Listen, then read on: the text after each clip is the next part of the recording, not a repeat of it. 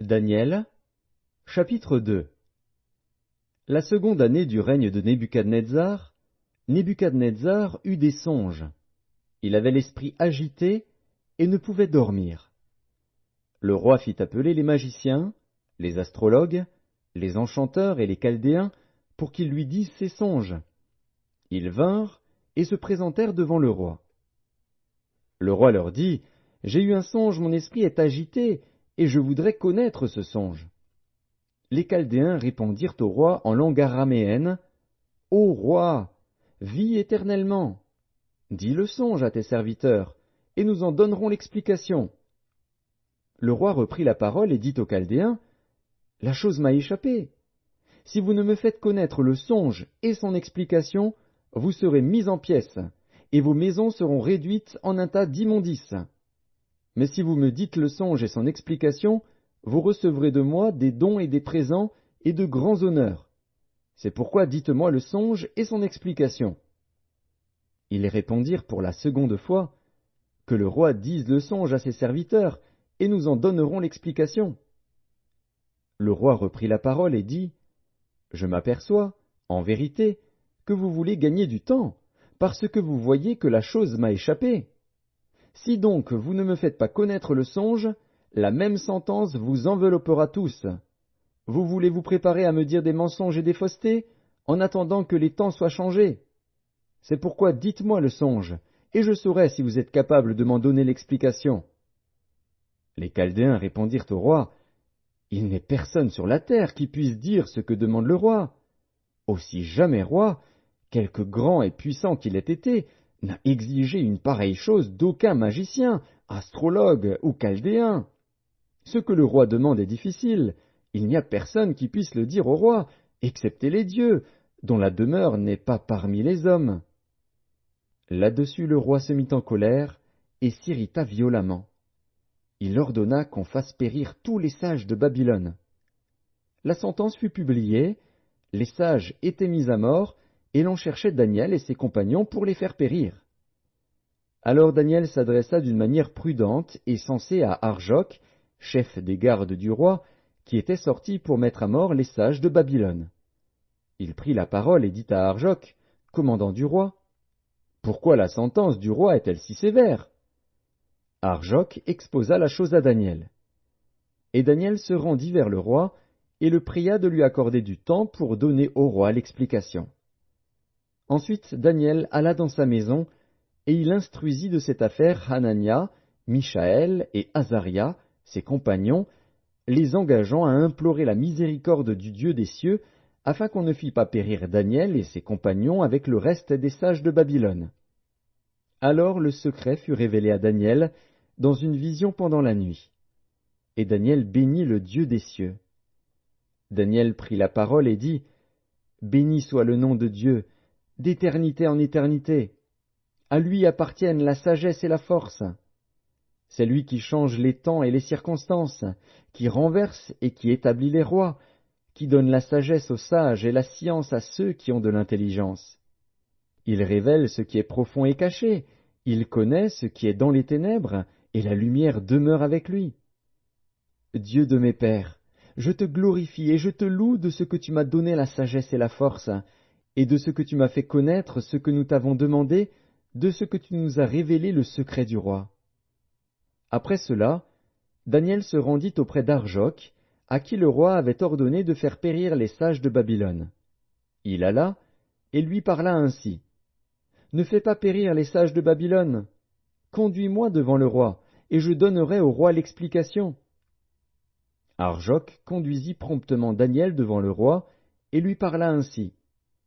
« J'ai trouvé parmi les captifs de Juda un homme qui donnera l'explication au roi. » Le roi prit la parole et dit à Daniel, qu'on nommait Beltchatsar, « Es-tu capable de me faire connaître le songe que j'ai eu et son explication ?» Daniel répondit en présence du roi et dit, « Ce que le roi demande est un secret que les sages, les astrologues, les magiciens et les devins ne sont pas capables de découvrir au roi. Mais il y a dans les cieux un Dieu qui révèle les secrets, et qui a fait connaître au roi Nebuchadnezzar ce qui arrivera dans la suite des temps. voici ton songe et les visions que tu as eues sur ta couche. Sur ta couche, ô roi, il t'est monté des pensées touchant ce qui sera après ce temps-ci, et celui qui révèle les secrets t'a fait connaître ce qui arrivera.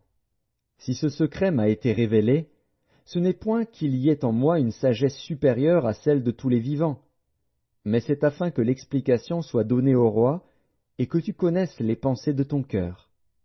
Ô roi, tu regardais, et tu voyais une grande statue. Cette statue était immense, et d'une splendeur extraordinaire. Elle était debout devant toi, et son aspect était terrible. La tête de cette statue était d'or pur. Sa poitrine et ses bras étaient d'argent. Son ventre et ses cuisses étaient d'airain. Ses jambes, de fer. Ses pieds, en partie de fer et en partie d'argile. Tu regardais, lorsqu'une pierre se détacha sans le secours d'aucune main, frappa les pieds de fer et d'argile de la statue, et les mit en pièces. Alors le fer, l'argile, l'airain, l'argent et l'or furent brisés ensemble, et devinrent comme la balle qui s'échappe du nerf en été. Le vent les emporta, et nulle trace n'en fut retrouvée. Mais la pierre qui avait frappé la statue devint une grande montagne, et remplit toute la terre. Voilà le songe. Nous en donnerons l'explication devant le roi. Ô roi, tu es le roi des rois, car le Dieu des cieux t'a donné l'empire, la puissance, la force et la gloire. Il a remis entre tes mains, en quelque lieu qu'ils habitent, les enfants des hommes, les bêtes des champs et les oiseaux du ciel, et il t'a fait dominer sur eux tous. C'est toi qui es la tête d'or. Après toi, il s'élèvera un autre royaume, moindre que le tien, puis un troisième royaume, qui sera d'airain, et qui dominera sur toute la terre. Il y aura un quatrième royaume, fort comme du fer.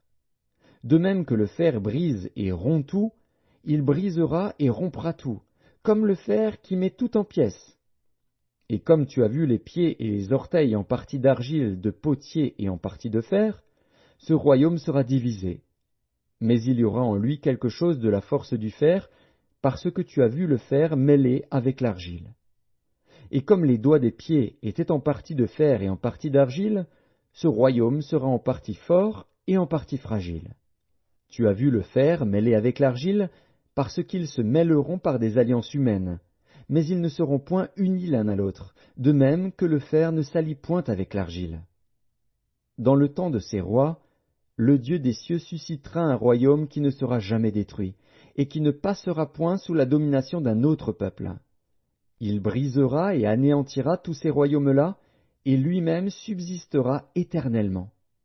C'est ce qu'indique la pierre que tu as vue se détacher de la montagne sans le secours d'aucune main, et qui a brisé le fer, l'airain, l'argile, l'argent et l'or.